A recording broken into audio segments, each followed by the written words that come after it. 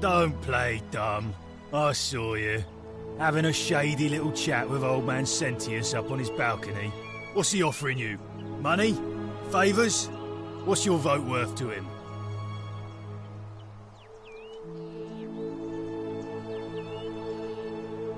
What else would you be murmuring about on election day? Mark my words, Malleolus is going to be magistrate by the end of the day. And if I tell him you've sided with that feeble old has-been, that you've been trying to undermine his hard-won victory, you'll have picked the wrong patron. Got it? Good. Then stay out of it.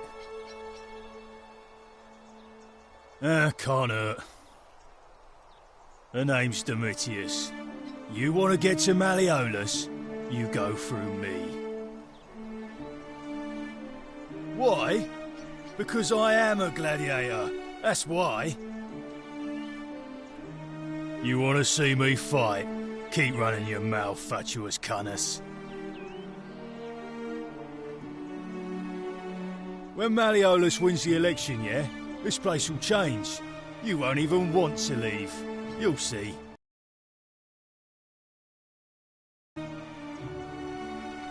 I think it's gone on long enough, and Malleolus is going to put an end to it once he's elected.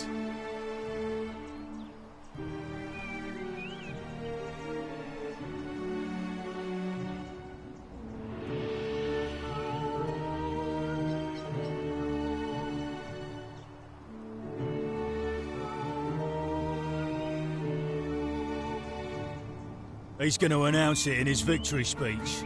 Just you wait and see. 'Cause if I tell you, and it gets out, it'll give old man Sentius a chance to interfere in our plans. And we can't have that.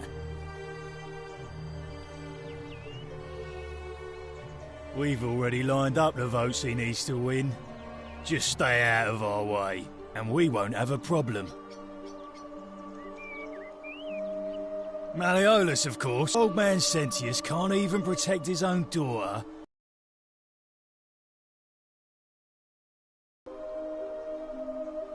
Too bad. He's busy. Unless... No. You don't look like you could afford it. I'm glad you asked. See, he's a busy man, and this is an important day. He'll be inside practicing his victory speech for tonight. Left me strict instructions he doesn't want to be disturbed. So if you want to see him, I'll need something valuable in return.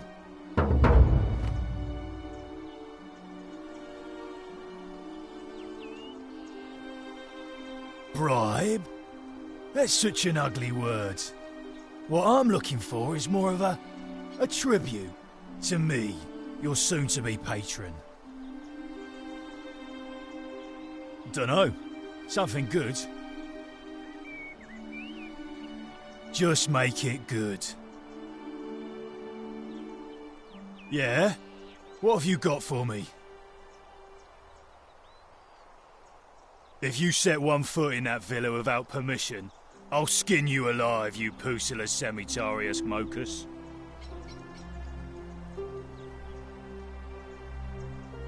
Os inculio mio.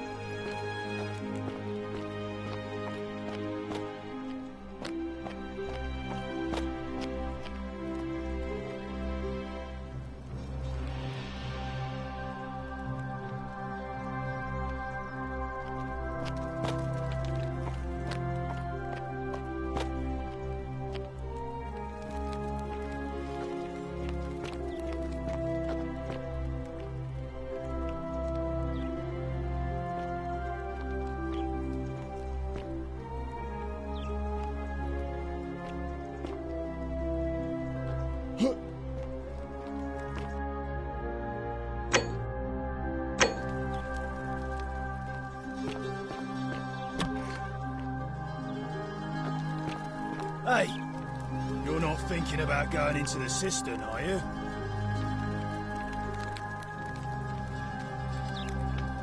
Nobody's told you about Hannibal? Ugh, why do I have to do everything round here? So, there was this guy called Hannibal, right? Funny accent. Used to go down into the cisterns looking for junk he could clean up and sell. One day, a few weeks back, he comes out and tells me the cisterns are haunted. Said he could hear spirits wailing.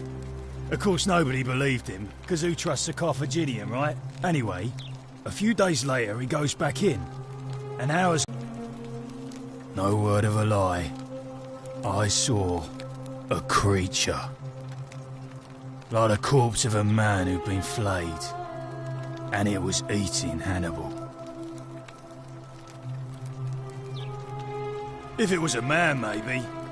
But I swear on my life this was no man. More like a Strix. Or some Versipelus that feeds on human flesh. What any sane person would have done. I legged it out of there and put a sign at the door to warn the others. Without a weapon? Well, it's your funeral.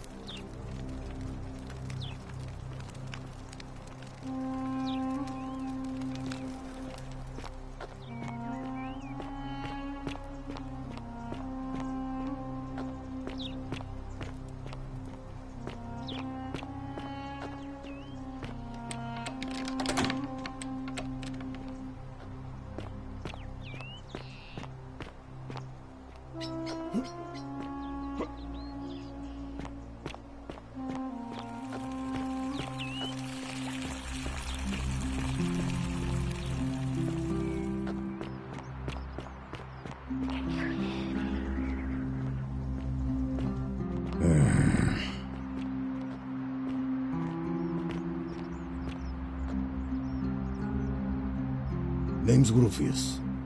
Better watch your step. Can't talk long, got to stay sharp, but... family's from Seleucia on Tigris. Babylon province. But I've been roaming a long time now. Even joined the legions. The 6th. The one they call Ironclads. Same way as everyone else. Because we're all in grave danger. Is it not obvious? Magistrate made me toss it in the chasm. Stupid. Going to have to improvise now. If you were dealing with what I am, you wouldn't be either. None of your business. Introiti ipsum commensura. If we have to. If I did, do you think we'd be having this conversation? I'll tell you this much. I hate the fact that my survival depends on the common sense of other people. I mean, all these people just bumble along like nothing's wrong, while we're one bad decision away from being wiped out. Like the last lot of people who lived here. Seems like I'm the only one ready for what's coming. Whatever that is. And when it hits, it's everyone for themselves. You've been warned. I don't know. But did you ever get the feeling some of these statues are watching us when we're not looking? Like they're waiting for something. I don't like it.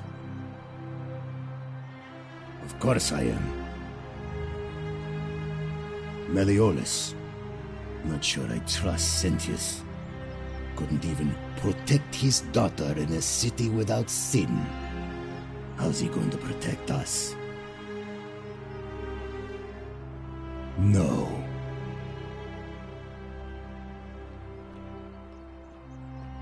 Whatever.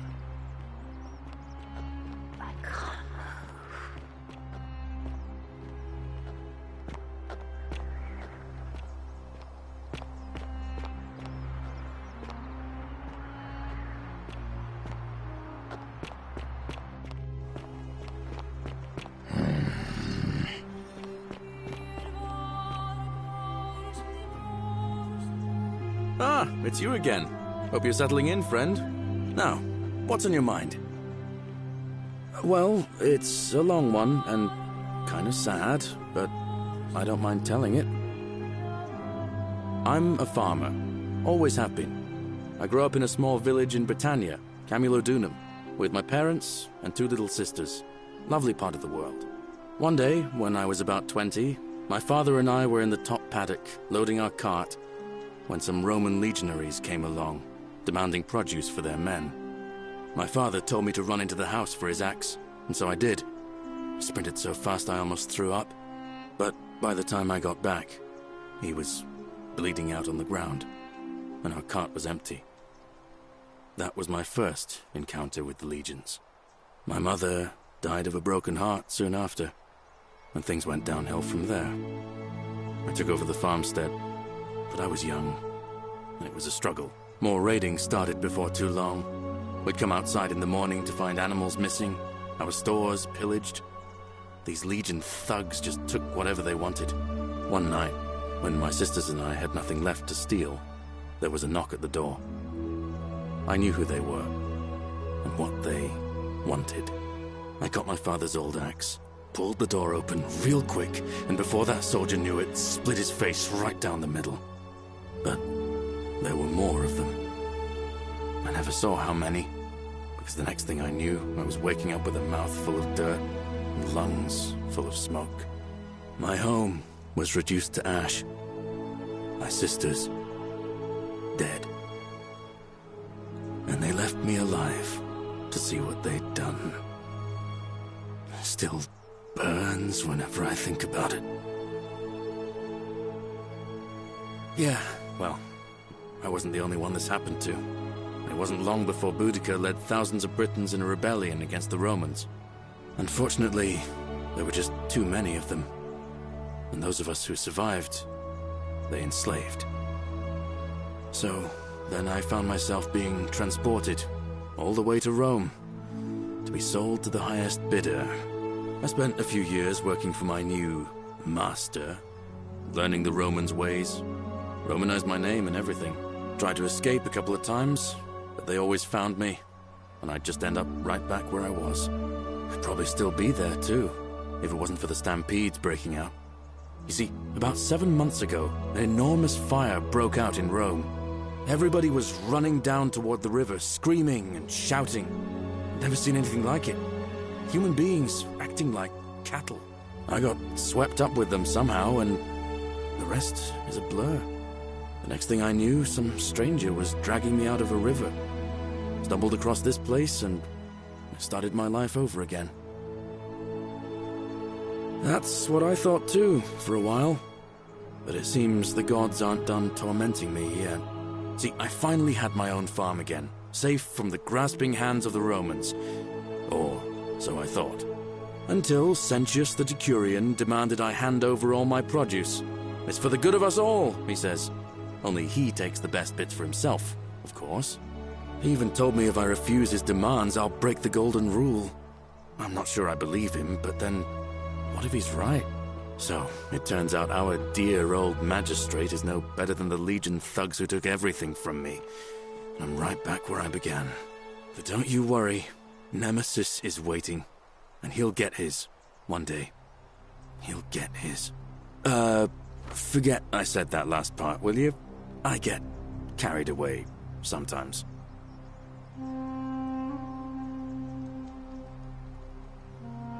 Thanks, friend. I knew I liked you. Anyway, that's enough of me rambling. Was there something else you wanted to talk about?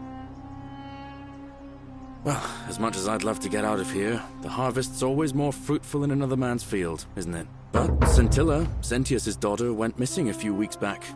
Could be she found a way out. If anyone knows for sure, it'll be her sister, Sentia, but she'd never tell the likes of me. Oh, I don't give it much thought these days. I mean, everybody here's got their own view about what we need to do to survive. But I say, let's spend less time arguing about what it means to be good and just get on with it, you know?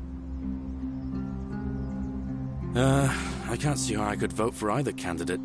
I don't like Sentius much, but Malleolus is almost as bad. Even I could do a better job. Me, a farmer. And I've never given a speech or put on a toga in my life. All right, see you around.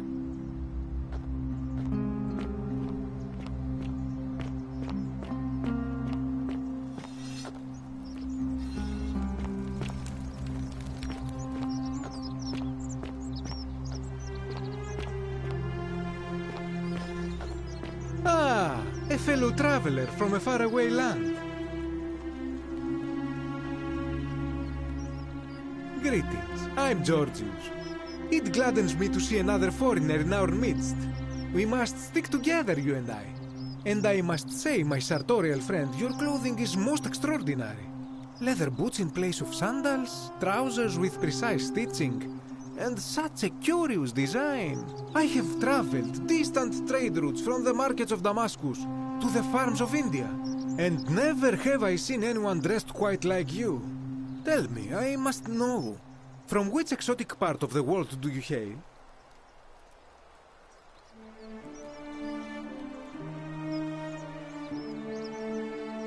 And now you have me more intrigued than before.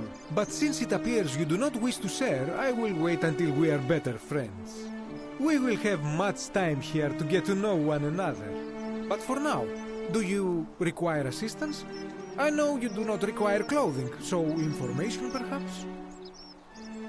My story? How kind of you to ask. I am a tailor and I run the humble shop in the forum. You mean to say, with all the turmoil and terror of the Golden Rule, and so few customers, why bother setting shop at all? I'll tell you, it is precisely because of the Golden Rule that I wish to remind my friends of the importance of looking one's best. I say, the more of our customs we preserve down here, the more we can preserve a semblance of normality, the better our chances of keeping our heads. Don't you agree?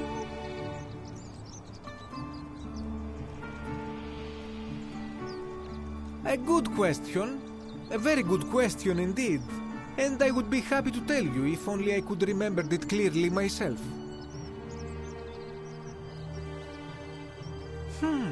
I remember I had just been to Rome to sell an extraordinary selection of wares, and drowning in coin, I decided to celebrate my success.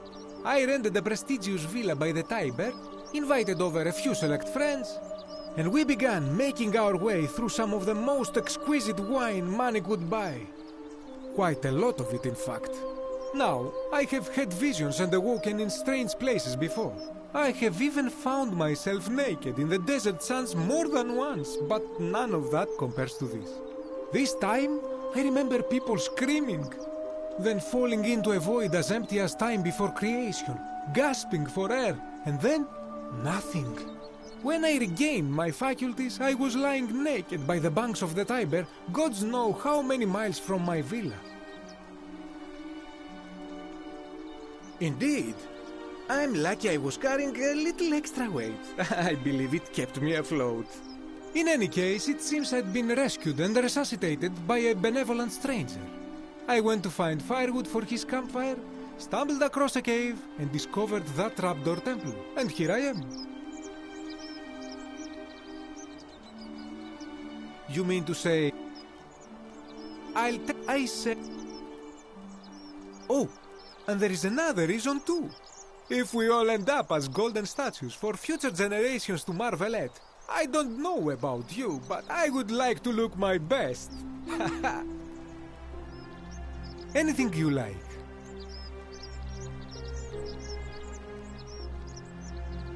Shh! Not so loud! What are you playing at?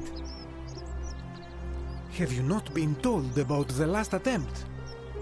Oh, then I suppose this duty falls to me. It is a long story. Of course, the first question any of us asks when we first arrive is, how do I escape? It is only natural after all. And scaling the chasm wall is out of the question, for it is simply too steep and too far. But as they say, if the wind fails, use the oars. And here the second option is to leave the way we came in, through the shaft above the bathhouse. See, the shaft is quite high, but if one gathered up enough wood, one could make a series of ladders and climb one's way out. They have. I am getting to that. There was an attempt made by resourceful fellows who lived here some years ago. They even decided to keep records of their escape attempt for posterity. Unfortunately, as soon as they began to carry the first ladder down the hallway, they heard a godlike voice shake the entire city, and that, tragically, is where their tale ends. So it seems that to merely attempt escape is to invite the wrath of whichever god oversees this place, and so I say it is best to not even discuss it aloud. Ah, yes. The many shall suffer for the sins of the one. As a Greek, this is nothing new to me. It is how our gods operate. Have you not heard the tale of the god Hades? He was the first to learn this dreadful lesson when he abducted Persephone and imprisoned her in the underworld. When Demeter, the mother of Persephone, learned of this, she did not punish Hades, the guilty one. Instead, she changed the climate of Earth so that it became hot and dry. Nothing grew. The grain turned to empty husks and the rivers dried up.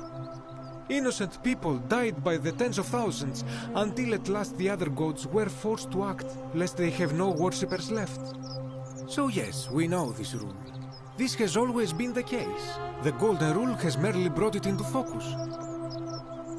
If we are to survive, I say we must each heed the simple wisdom of Thales of Miletus, first of the 7 sages of Greece, who said, "Avoid doing what you would blame others for doing." Regrettably, I think you are correct, my friend. For even if 99% of us adopt this principle, that will never be enough. Sadly, no matter how well we protect ourselves, the life's work of many good people can be undone in the blink of an eye by a single selfish act. Ah, the voice of experience. I am sorry for your loss, my friend. But on a lighter note, I will say one thing for the Golden Rule. For all their grim and haunting poses, these golden statues do make magnificent models for my clothing, do they not? That, my friend, is quite the dilemma. But after some reflection, I'm leaning toward voting for Malleolus. I do not enjoy the thought of another visit from Domitius if I voted the wrong way. Nothing comes to my mind, my friend. I hope that our paths cross again soon, my friend.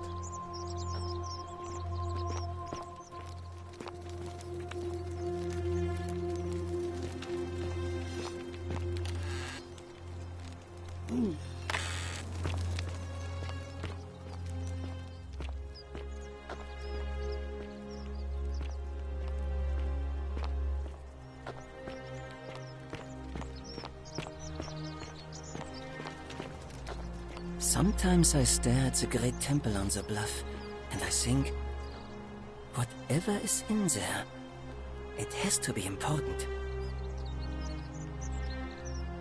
Ah, a new face. Salve, and welcome to a little community. My name's impossible to pronounce for most people, so you can just call me Virgil. You arrived on a sad day, friend. What with Julia's death? I wish we could have met under better circumstances. Well, I'm an architect. Or at least I was back in Rome.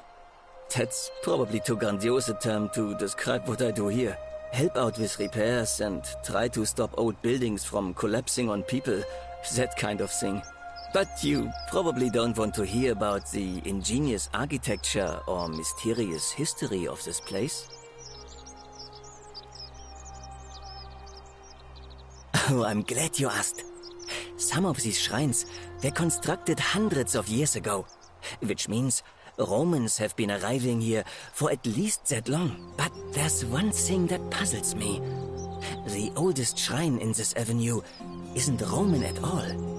It's Greek. Well, yes, that could be the reason. Or it could mean that there were Greeks living and worshipping here before the Romans arrived. Which begs the interesting question, who really built this place? And could it be far older than any of us imagine? If only there was a way we could talk to the people who came here before us. The stories they could tell. Gladly. Personally, my favorite thing about this place is the aqueducts. Those series of adjoining arches. They're an ingenious feat of Roman engineering, with a very practical purpose. They take fresh water coming from outside the city and distribute it all across the chasm. It's funneled below the cistern beneath the Great Temple. Some of it flows down into another cistern beneath the villas, and the rest is funneled to the shrine of Proserpina, where it fills the lake, and allows us to fish and farm. Hey, not so loud. Just talking about that could anger the gods for all we know. I'm not saying it's impossible, but you'd have to find a way inside somehow. Just, please, try to be a bit more discreet about it.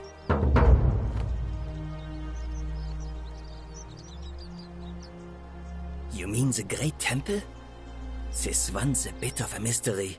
Given the way it's positioned so prominently, looking down on us, it's clear that whoever built it felt it was the most important temple in the city. Unfortunately, someone else went out of their way to keep its purpose a mystery. You see, usually a temple is dedicated to a particular god, like Proserpina or Diana or Apollo. Usually, that god is obvious. But in this case, it's unknown. There's an obelisk out the front, which probably used to bear the name of this unknown god. But it appears some barbarian defaced it. And of course we can't get inside because it's locked up tighter than the Temple of Saturn in Rome. And that contains the treasury. So we're all left wondering, which god is that temple dedicated to? And could it be the one responsible for the Golden Rule? Unless somebody figures out a way inside, I suppose we'll never know. Of course. You wouldn't believe how often the new ones ask that question. But I'd tell you the same thing I tell everyone else. There are much worse places to live out your days. You might have a few sleepless nights thinking about the Golden Rule, but once you get used to the fear, knowing that a single slip-up could cost you everything, it's not too bad. Nothing new to me, anyway.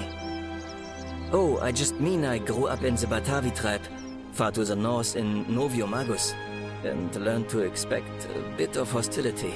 They weren't nearly as tolerant as the Romans.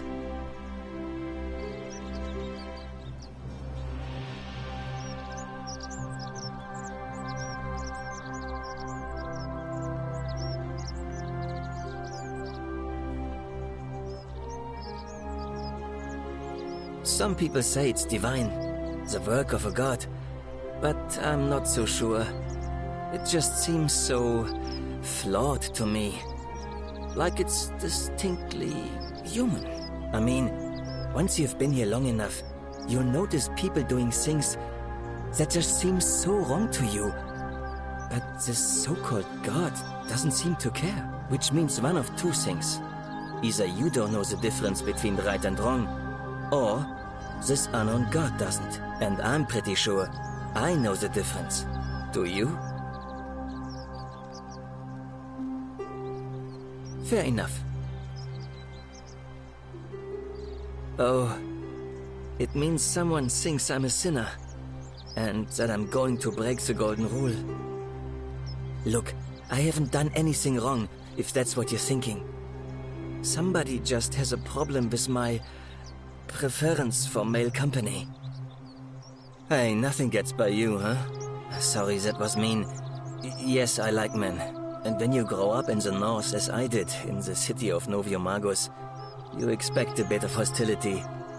The Batavi are not known for their tolerance. I saw enough friends killed or driven away to know the cost of not keeping your personal affairs to yourself. So I hid who I was for, what was it, nearly 10 years?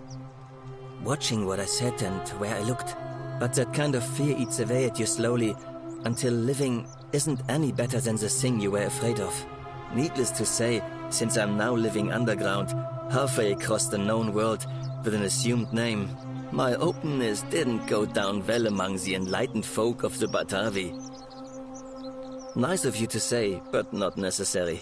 In any case, the Romans are far more accepting, and among them, I get to be who I am. Or at least, I thought that was the case. It seems I was wrong.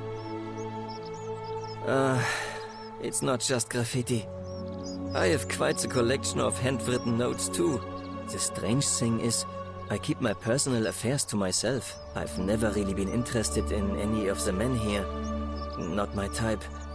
So I'm not sure what I could have done to upset this person. If I had to guess, I'd say it's probably one of those cultists. Strange bunch. They insist there's only one god, and that he considers my nature a sin. Can you believe that? If there are any of them here, they won't admit it. Not since they supposedly burnt down half of Rome last year and went into hiding. All I know is, if these threats keep escalating, eventually my secret admirer is going to cross a line and break the golden rule. What? Really? I didn't expect that. But thanks. It's always a pleasure to meet someone so selfless. I'm glad you arrived when you did. I'd start by figuring out who the cultists are. Or maybe ask around among the merchants here. Someone who lives or works in the forum must have seen something. But if you find them, please don't hurt or humiliate them. I suspect they're just confused. Come back and let me know what you find.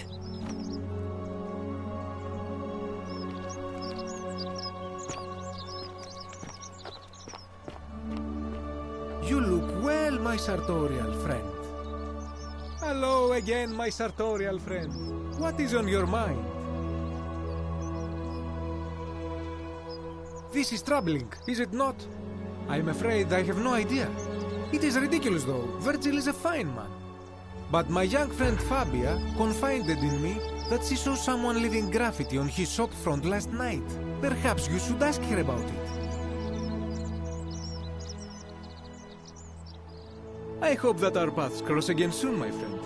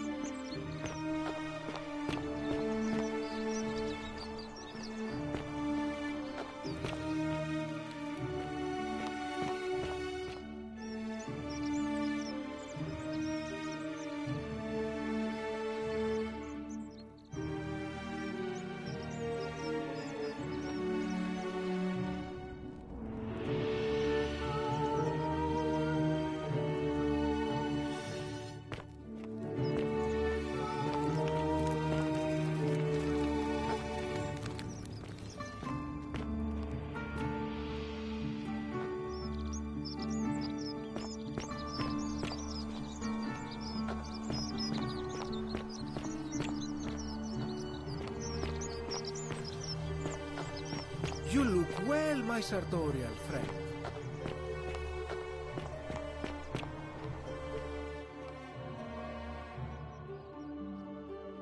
A new face. Arve, and may Vesta watch over you. I'm Equitia. To what do I owe the pleasure of this visit? Oh my, I take it people are quite direct where you're from. I suppose it's quite charming in its own way. Usually, however, you wouldn't simply march up to a Vestal priestess and without due formality or courtesy ask, "What is your story?" The proper approach would be to arrange an introduction through a mutual acquaintance in high office, by which time you would already know how to address me.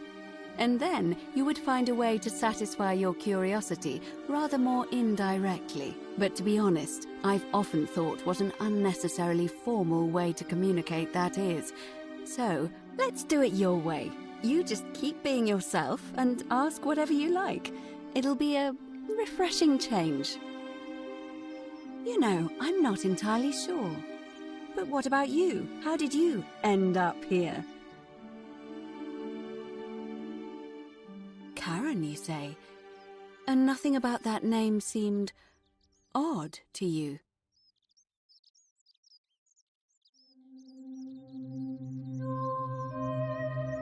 Older. I see. I wonder if... No.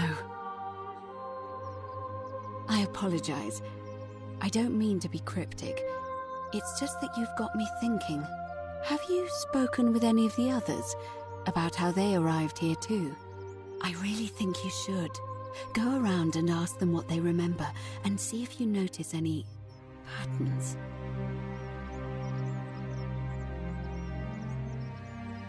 I know. I just don't want to see what happened to Livia happen to you too.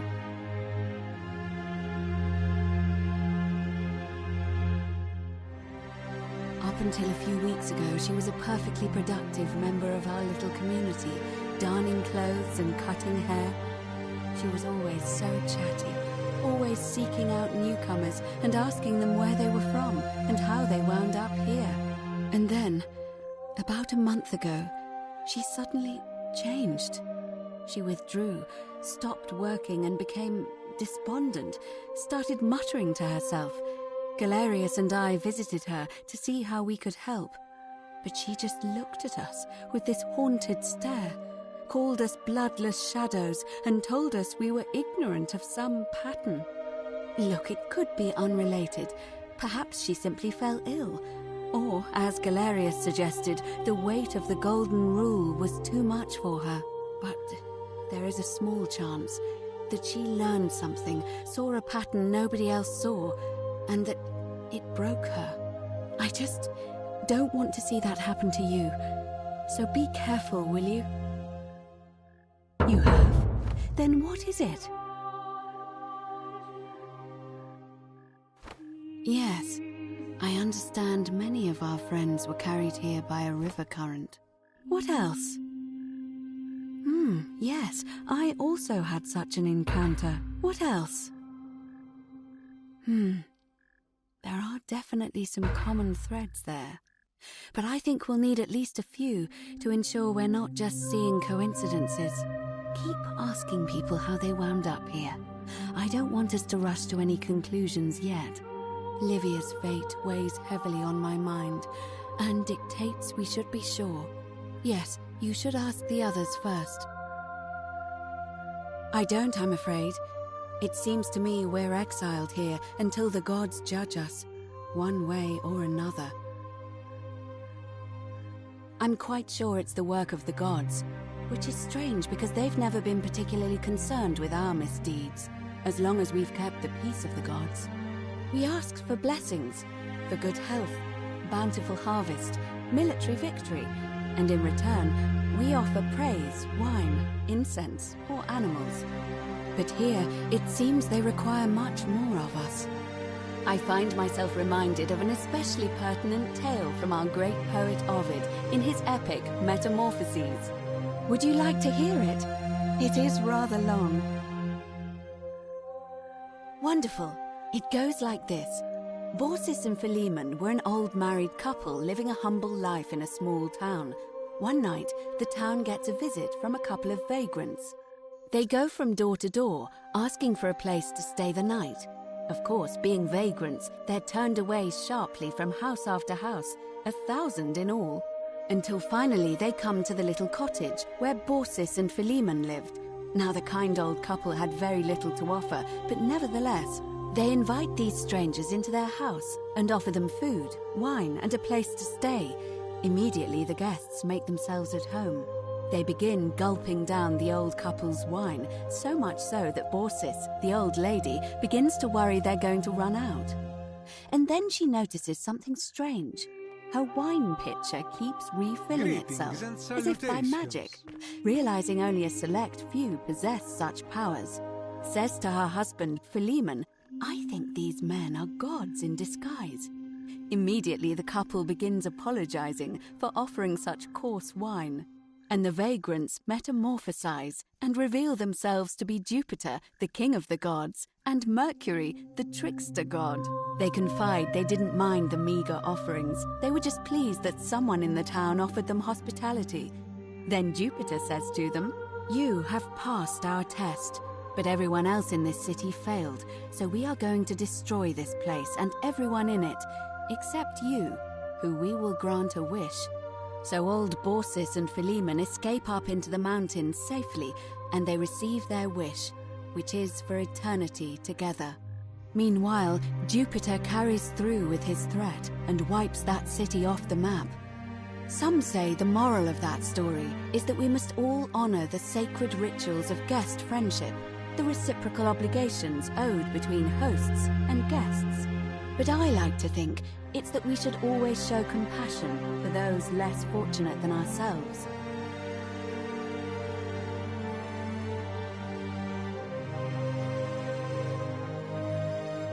A cynic philosopher might take that view, but it's not entirely invalid, I suppose. I'm quite sure it's the work of the gods, which is strange. We are, but I find my... Would you like to... As you wish. It must be completed by dusk, just the same as any other official business. It'll be between Sentius, the incumbent, and Malleolus, the challenger. Why do you ask? All of the male citizens who are willing and able to attend, unless they're running, of course. That's just the way it's always been, I'm afraid. It never sat right with me, either. There are some women who can vote, Vestal priestesses like myself, but in this case, given my role overseeing the election, I've decided to abstain. I can't allow the perception that I'm being anything but fair and independent, but if it's any consolation, there are other ways to influence the outcome of an election. By using whatever gifts the gods gave you. Nothing untoward, of course. I'm responsible for announcing it and making sure the procedures are followed. You can, assuming they're eligible and willing to accept the nomination.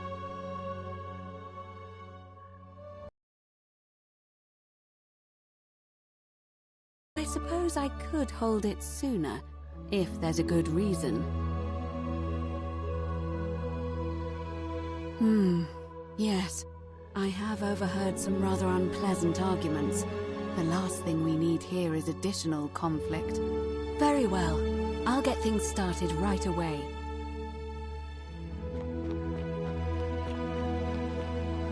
Citizens, it is time. Let us meet to elect our magistrate.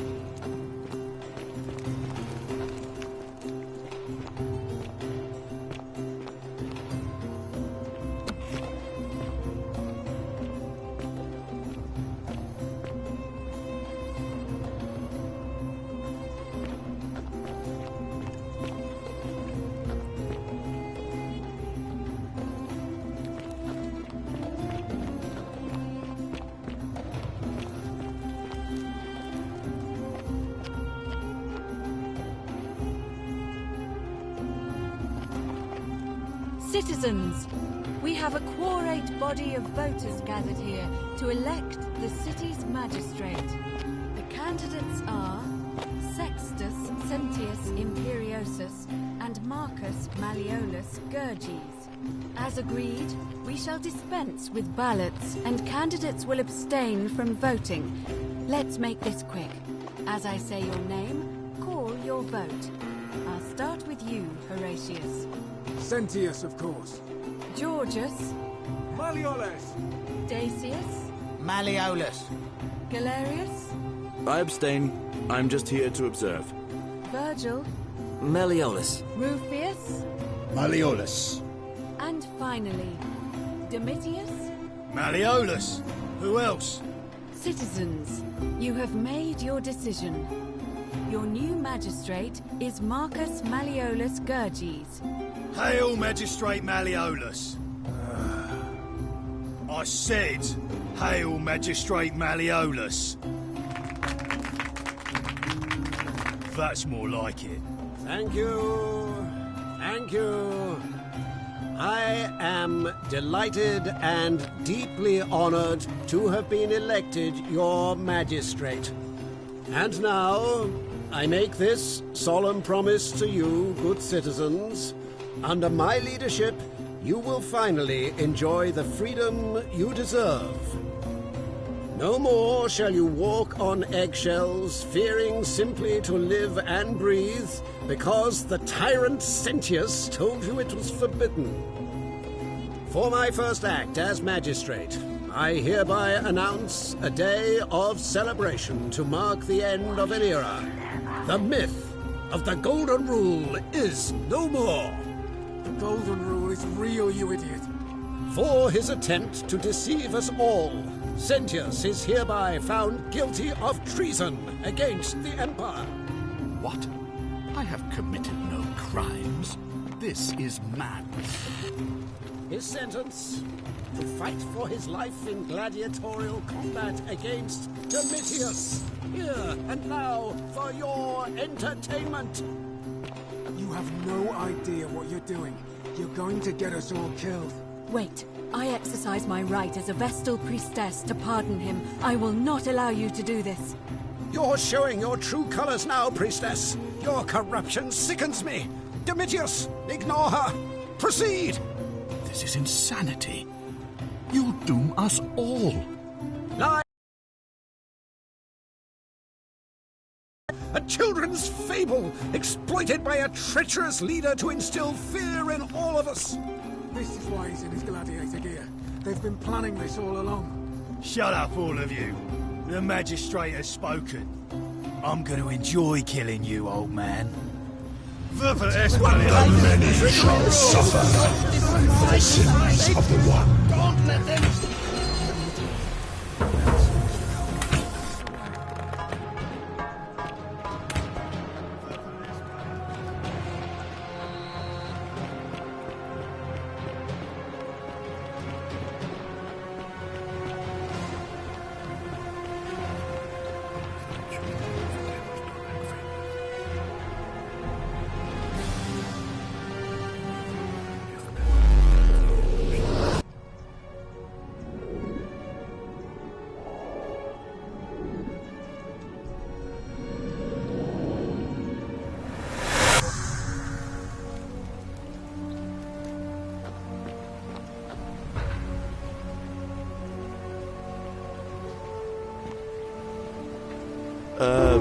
Salve, friend.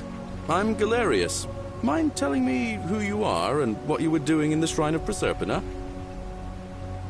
I don't think so. I've never seen you before in my life.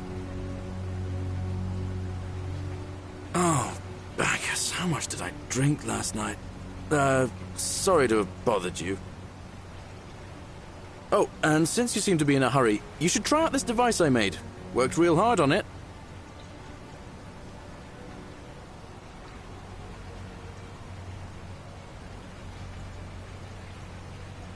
Just attach the pulley to the rope over the lake and hang on to the handles. If it works, it'll be faster than walking. And if it doesn't work, worst thing that can happen is you'll take a swim in the lake. I haven't quite summoned the courage to test it myself. But don't worry, it's completely safe. Probably. All right, see you around.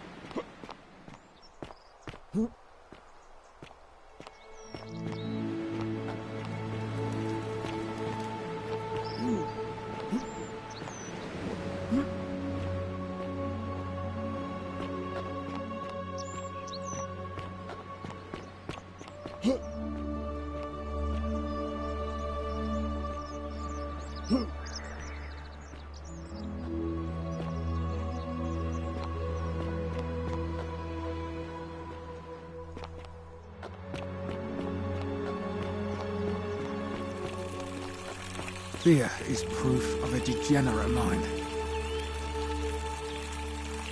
What is it, citizen? What business is that of yours? A lot of people have been looking for her. But it's been 3 weeks, and we've found nothing. What makes you think you can do better?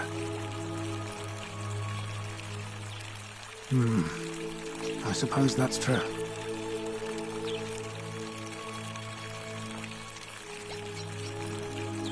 Scintilla was always a kind, well-behaved young woman. I admit, her disappearance really caught me off guard. If anyone knows something, I'd expect it to be Sentia, Malleolus, Claudia, or Domitius. But none of them will tell me anything. You might fare better though, I suppose. Fine. All right. Please keep an eye out for anything that might lead us to Scintilla. Hey, Horatius. How's it feel knowing your man's doomed to lose the election today? If you're trying to goad me into an argument, it won't work. I'm stoic, remember? If the old man couldn't even keep his own daughter safe, how can anyone trust him to keep us safe, eh? Why do I get the feeling you lot had something to do with Scintilla's disappearance? That's it. Blame everyone but yourself. If I find out you did something to that poor, sweet girl, not even the Golden Rule is gonna protect you. Got it? Ha! As if I'll be afraid of you, little man. Malleolus isn't receiving visitors at the moment, it being election day. Listen, I don't abduct women. They come to me. And they keep coming back, if you know what I mean.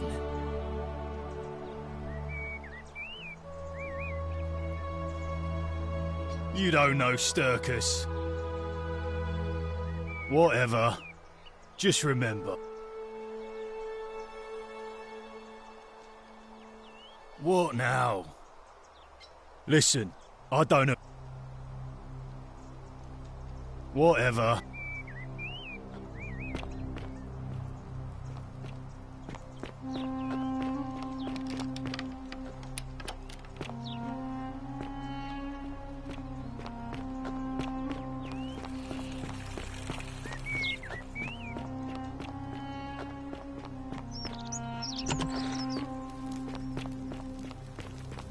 Oh, another one fresh out of the baths, I take it.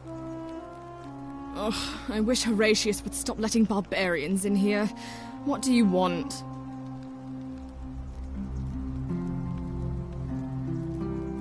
You know, some people say it's the creation of an all-seeing god who's watching everything we do.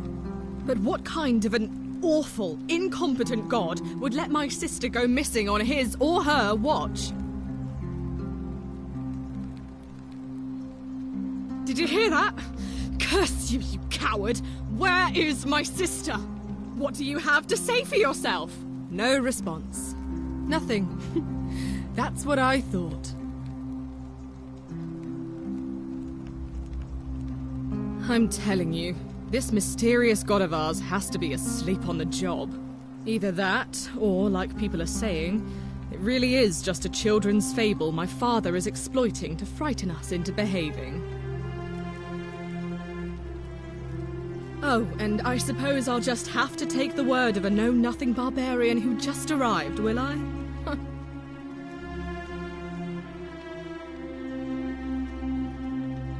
I trust you can see yourself out. Oh, look, you're back. How lucky for me. What is it now? I trust you can...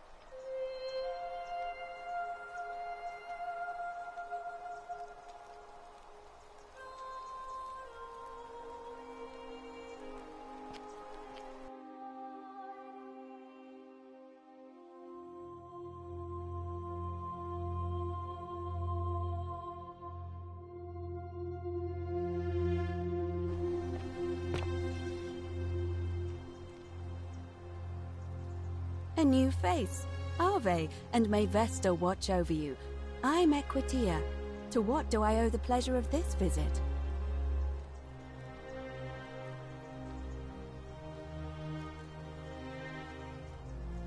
Oh my. Oh, let's do it your way. You know, I'm not entirely sure.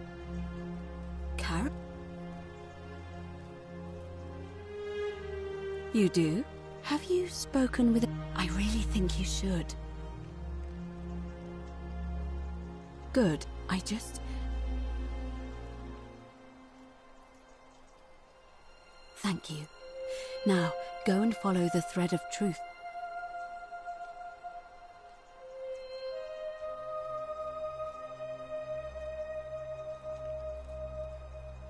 Come back to me once you've acquainted yourself. Ave again. Did you find what you need? And did you know? Oh, keep asking people. Livia's. Come back. This way.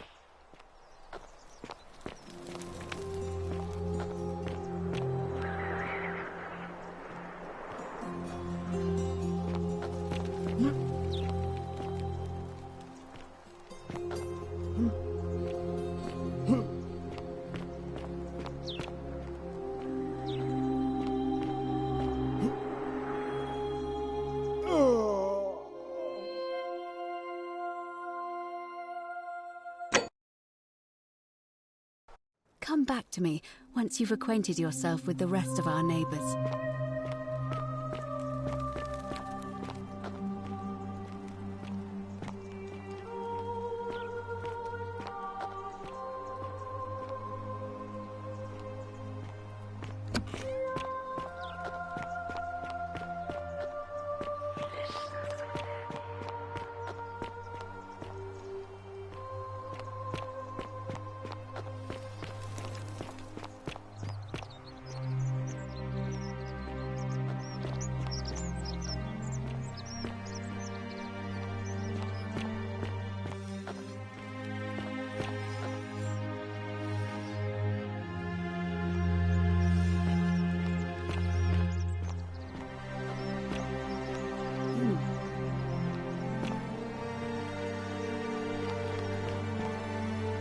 Help!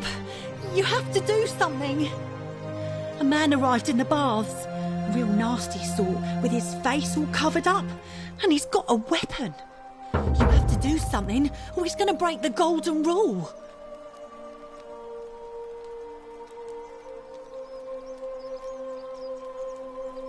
Fabia, but now's not the time. Are you going to help or not? None of us do.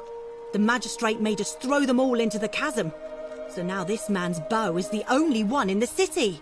You'll just have to improvise.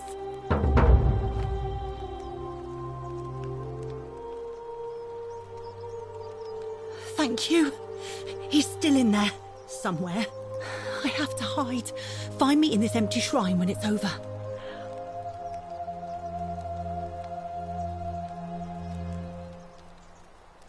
What? We don't have time for this. I have to go. Ugh.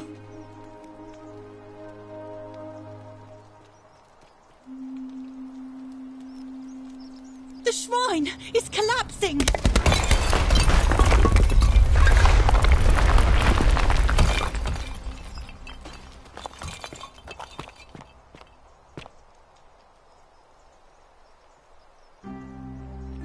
Fabia, no! Oh God, she's dead!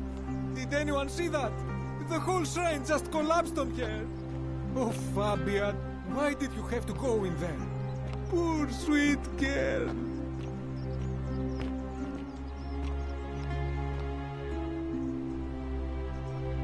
I can't believe she is dead.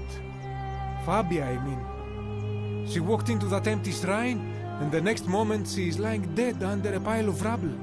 The gods are cruel and unjust. She was like a daughter to me. I'm sorry, friend. It's not right for me to lay my burden upon you.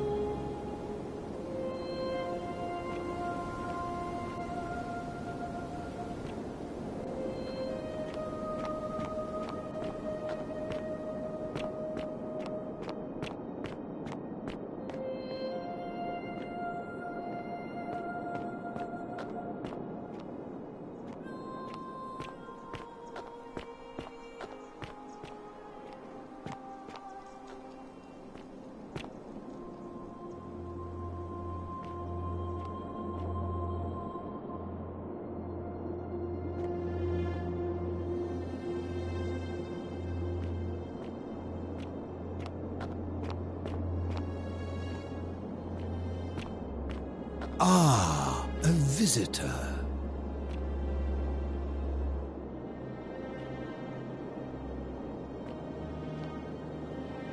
Welcome, welcome. May I ask your name?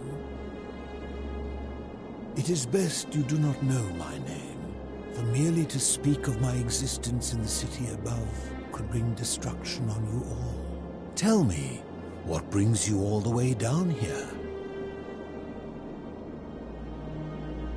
Then perhaps the fates brought you here to learn the secrets of this place. I will tell you everything I know, but first, a request. I have been living down here alone for many years, with nobody to talk to but myself. The one thing I long for above all else before I die is a good philosophical argument with somebody astute. I'm hoping that person is you. Let us find out with this simple question.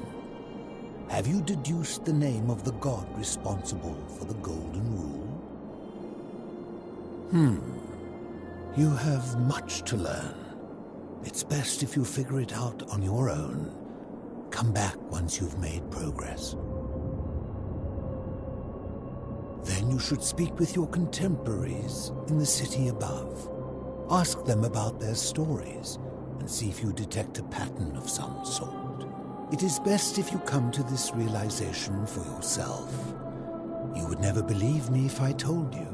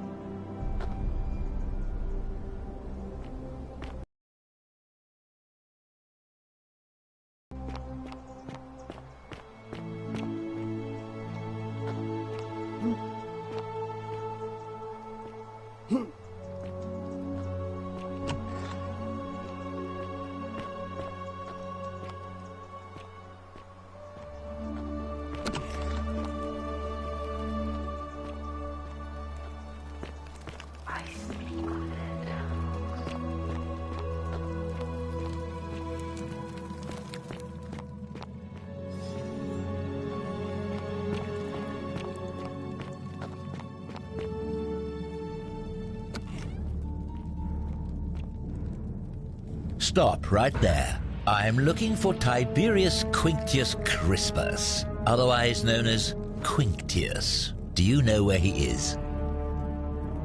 I'm not sure I believe that, so allow me to explain something to you. I am here with orders from Emperor Nero himself to find and execute the cultist Quinctius for terrible crimes against the Empire. So, if you tell me the truth, I will allow you to live. But if you lie to me or otherwise obstruct the Emperor's business in any way, I will put this arrow through your chest. Is that understood? Thank you. Now tell me, who are you people, and what is this place?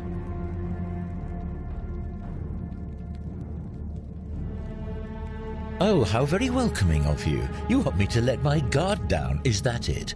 You're not going to get your claws into me. I was told Quinctius was a cultist, but I never thought he'd be foolish enough to lead me right to the heart of his mystery cult. Oh, don't play coy with me. I don't care if you're worshipping Bacchus, Magna Mater, or Christ. You lot are all the same to me. Always sneaking off to your secret sanctuaries, indoctrinating each other with your little mantras. The Emperor may have tolerated your activities up until now, but after what Quinctius did, those days are numbered. You say that, but if you're not a cult, then why go to such great lengths to keep this place a secret? So you admit you're not allowed to leave.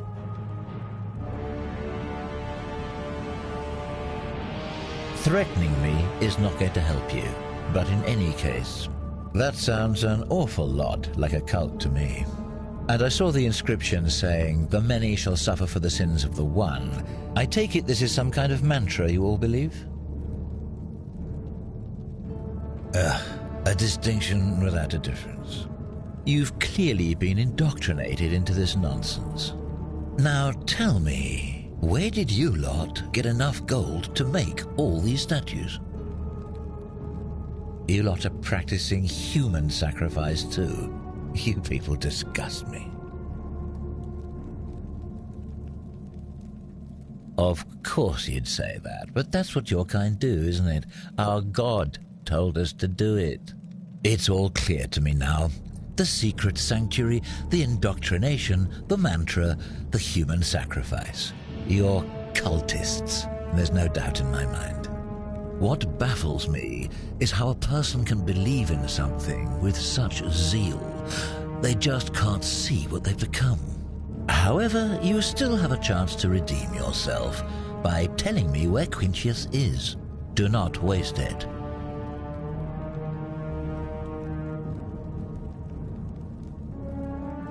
Very well, here's what I know. He's a 40 to 50-year-old man with distinctive eyes, one green and one blue. He's also known to have delusions of grandeur. The Emperor says he and his cult, your cult, are responsible for starting the fire which burnt half of Rome to the ground and killed thousands in the process.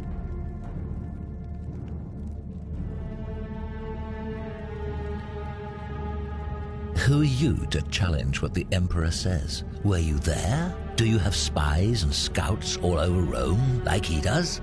No, you do not. This is your last chance. Are you going to tell me where he is or not?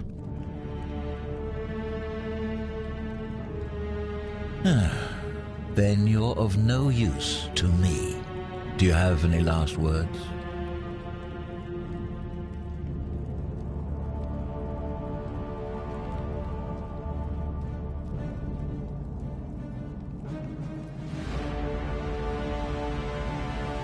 And there's a simple explanation for that. I lied. But if you want to know the truth before you die, here it is. Once I'm done with you and Quintius, I intend to kill every last one of you wretched degenerates. And I can think of nothing I'd enjoy more. The many shall suffer for the sins of the one.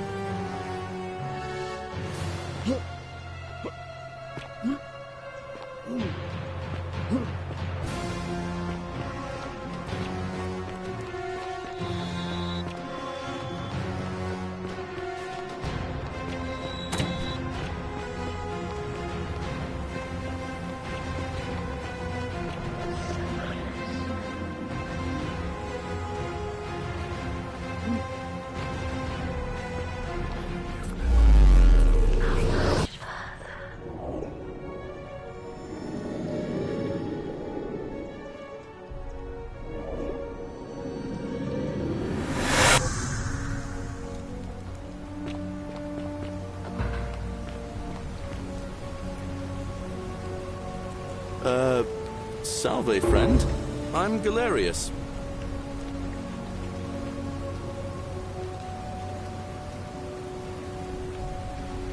Oh, is that right? Well, just make sure. Can't have you disrespecting the god. But listen, most folks seem a bit confused. You seem very lost, and in more. Live by our law. All right, friend. Suit yourself. Just don't do anything too reckless till you've spoken with magistrates.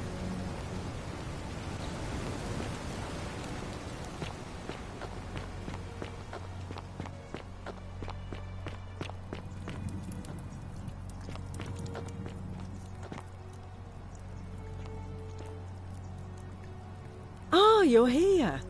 I'm so glad you decided to visit. I'm Aurelia, and I hope I'm not being too forward, but the moment I laid eyes on you, I was intrigued. There's a light in your eyes I've never seen before, a certain learning and sophistication. Coming on a bit strong, don't you think? The 49 melodies touch again. I take back what I said. Incessant labor. Suddenly, I don't Reward find you may so have intriguing lost. anymore. Let's just forget that ever happened, so we can at least do business. So, what brings you to my tavern? Let it go. Nothing's going to happen between us. You know, normally, I'd expect you to buy me a drink before asking if I want to get out of here. I guess that went right over your head. Never mind. As a matter of fact, I do know a way out. I'm happy to tell you all about it, but this is valuable information we're talking about, and I don't just give it out like some cheap oracle. So, how badly do you want it? Is it worth, say, 1,000 denarii to you? Simple. It's a one-way trip, and I'm not ready to go just yet. I like my life here. One day, maybe, but not now. I think of it this way. I have something of value, and I'm willing to share it for a price. That's not unethical. That's just good business. Now, do you want it or not? If I took your money without giving you what I promised, I'd be breaking the golden rule, wouldn't I? And I have no interest in doing that. Well, I can't tell you too much, or you'd figure it out for yourself. But I promise you, you'll never have to spend another hour in this city ever again. What's the matter? Can't afford it? Well, perhaps you could take out a loan. I understand Malleolus has lent money to others, on occasion. I just try not to think about it. Drink helps with that. As the saying goes, to drink is human, so we drink. Certainly, for 10 denarii. Have you met Livia? She used to do my hair, until one day she just snapped. This place has that effect on people. Now, she just stands around, caked in filth, muttering nonsense to herself. It's a real shame. Now I have to do my own hair.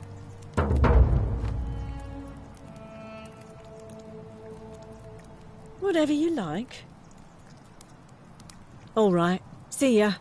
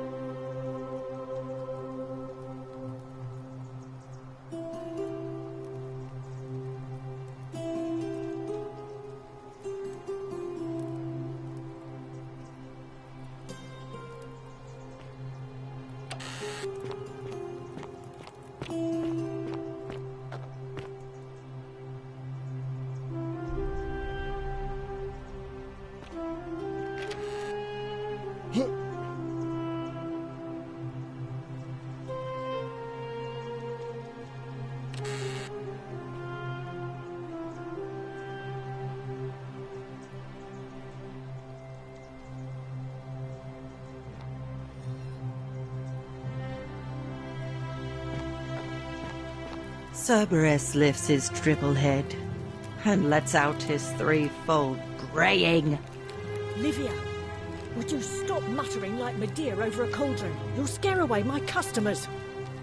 They follow their trades, imitating their previous lives, but they are ignorant. This again. You're in a world of your own, aren't you?